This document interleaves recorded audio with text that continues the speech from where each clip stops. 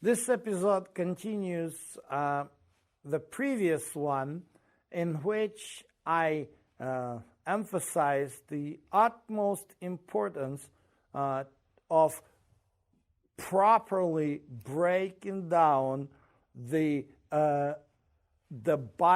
biblical book into its logical part, basically creating the table of content. And in the biblical studies, this is the most challenging part.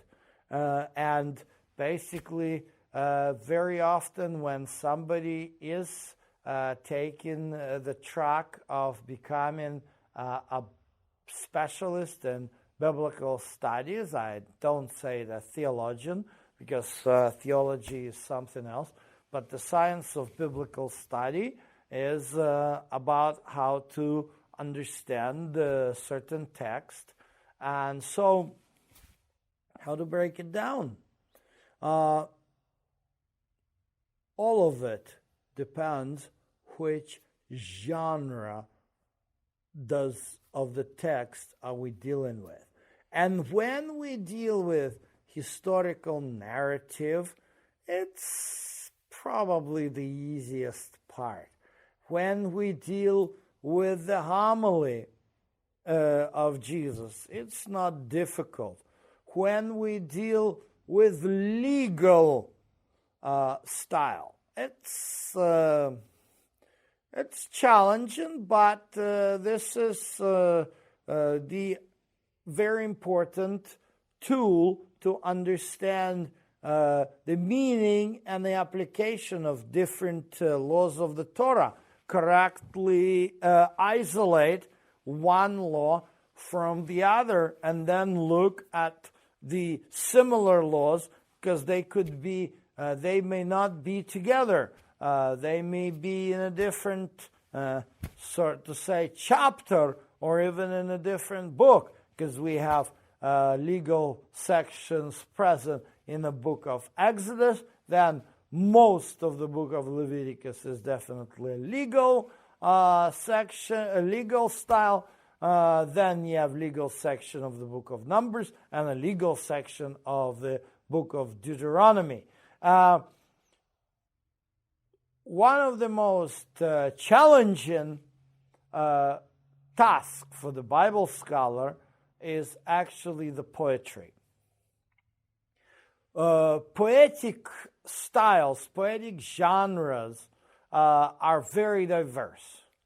There is very easy genre, and actually, as I mentioned in the previous episode, studying the Bible by verses is absolutely not recommended.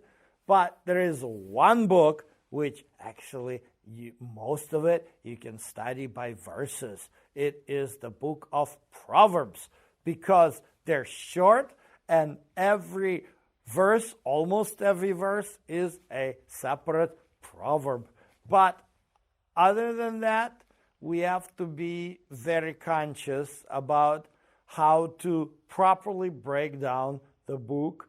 And when we look at the poetry, of course, Psalms, and this is not difficult, because Psalms are the songs. Even the book such as Song of Songs is a collection of songs. The book of Job, while it is not songs per se, but it's more of a wisdom literature, but it's a poetry. I mean, it has some historical prose at the very beginning, chapter 1 and 2, and the last chapter. But in the middle of it, there is a poem, and this poem is very easy to break down, because it's Job and his dialogue with his three friends, and then there is another one appearing at the very end. So this is not very difficult. But the most challenging poetic books, or the books that are in the Bible, in the genre of the poetry, are the prophecies, the prophetic books. Yes, you have heard it right.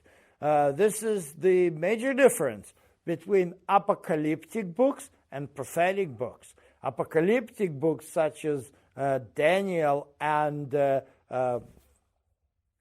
Apocalypse of John, they're all written in prose.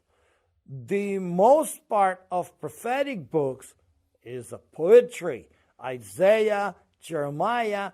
I imagine these men doing their job, basically having some harp or lyre or whatever stringed instrument, or maybe some drum, and they would just sing their messages, their oracles. Yes, this is how the prophetic books are structured.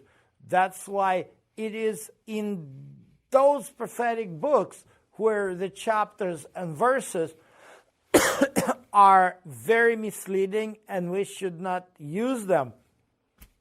And honestly, if there is something challenging for me in the Bible, these are these books, the book of Isaiah, the book of Jeremiah. I keep returning to them over and over and over, trying to understand them better.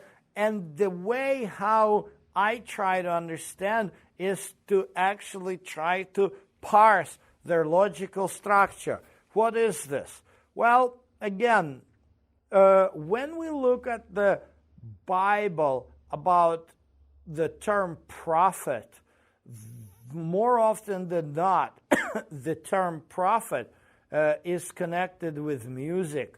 Second Chronicles, it says that a certain group of Levites were prophesying on musical instruments. Saul, when he was anointed by Samuel, he met the band of prophets who were singing with musical instruments, and he began to sing with them, and that's why it was mentioned kind of ironically in the book of 1 Samuel chapter 10, is Saul among the prophets. So Isaiah, Jeremiah, Ezekiel in some way, other what known as minor prophets, when I look at their books in Hebrew, I can recognize the poetry. So do the translator. Very often in New King James Bible particularly, you will see the layout of the prophetic books as a poetic layout, even though the rhyme or rhythm is not possible to translate into English, but this is what they're doing. And so someone may say, oh, are these books not so important? On the contrary, they're extremely important, because in the ancient Near East, as well as today, poetry and the poem reading communicates very, very important message. But as I mentioned, it is a big challenge to be able to connect, to find and the proper structure of these prophetic oracles. When I would explain it in a simple term, for someone who understand like the church. Imagine, or it doesn't matter, actually in the synagogue too, but let's say a church. Imagine a pastor who preached in the particular church for, let's say, 30 years, and people loved him, and his messages were very inspiring and uplifting and spirit-filled. So he retired eventually, and his children come to him, and they say, Dad, you have boxes and boxes of your sermon manuscripts. Why don't we type them and organize them and make books out of them? And so this is what this retiree is doing during his retirement. He goes through the manuscripts, he collects them, arranges them, edits them, and makes chapters of his book out of the sermon manuscripts, connecting them logically together. So when we look at the book of Isaiah, this is what I envision when I see the sentences and lines in this wonderful, it's one of my favorite books. I am asking a question. Okay, Isaiah, where did you begin uttering this message, and where does this message end? And I just, most of the time, I remain wondering where this message has been delivered and who was the audience when this message was delivered. So that way, I don't know. But this is the basic structure.